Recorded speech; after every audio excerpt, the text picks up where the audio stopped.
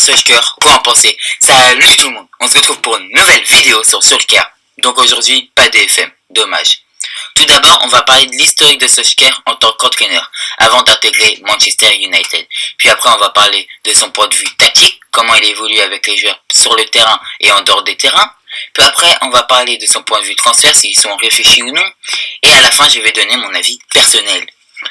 Premièrement, Solskjaer a commencé à entraîner à mode FK en 2010 jusqu'en 2014, où il fera un bon travail. Il obtiendra 55% de matchs gagnés, 2 titres du championnat norvégien et une coupe nationale en 4 ans.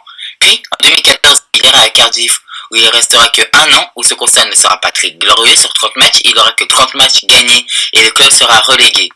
En 2015, il retourne à Molde FK où il les mènera à la 2e place du championnat norvégien et il obtiendra 55% de matchs gagnés. Puis, en 2018, vous connaissez la suite, il intègre Manchester United. Bon, maintenant on va parler de son point de vue tactique, comment il évolue avec ses joueurs. Ole Gunnar Solskjaer avec Manchester United évolue en 4-2-3-1 avec un style fondé sur la contre-attaque mené souvent par Rashford sur l'aile gauche. Ole Gunnar Solskjaer demande à ses joueurs de jouer principalement un jeu de passe court, de contourner le jeu à la moitié de terrain adverse, de tenter des tirs dès qu'il y a une ouverture, dont les frappes de loin. Ole Gunnar Solskjaer est réputé comme un tacticien au discours positif donnant confiance à ses joueurs, mais on le sait tous, Ole Gunnar Solskjaer n'est pas un grand tacticien qui s'adapte à l'adversaire ou qui va changer son plan de jeu. Toute la saison, quasiment, il est resté sur un 4-2-3-1. Bon, maintenant, on va parler de son point de vue transfert.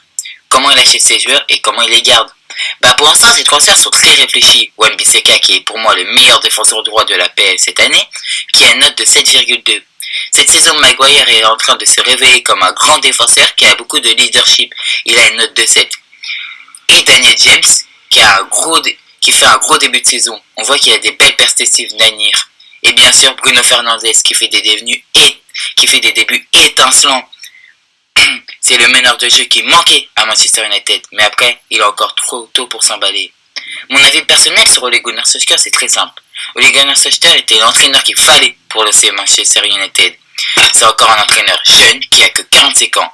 Il est plus jeune que mes parents. Il faut lui laisser du temps. Et en plus, il est apprécié par les joueurs. Mais après, est-ce qu'il va rester à long terme? Ça, je sais pas.